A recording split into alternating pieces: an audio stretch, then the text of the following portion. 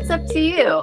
It's your creative space to really just have a place for you to document what it means to be mindful.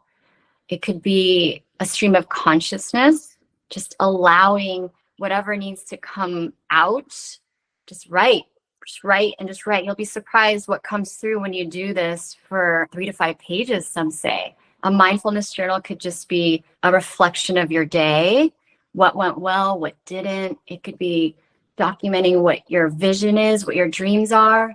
Mindfulness is simply, to me, living your life with intention, releasing any pressure on yourself to be a certain way, releasing any expectations or outcomes, and just being mindful so that you're aware. And again, coming back to your values, your intention, what you're here to create. So have fun and make it yours.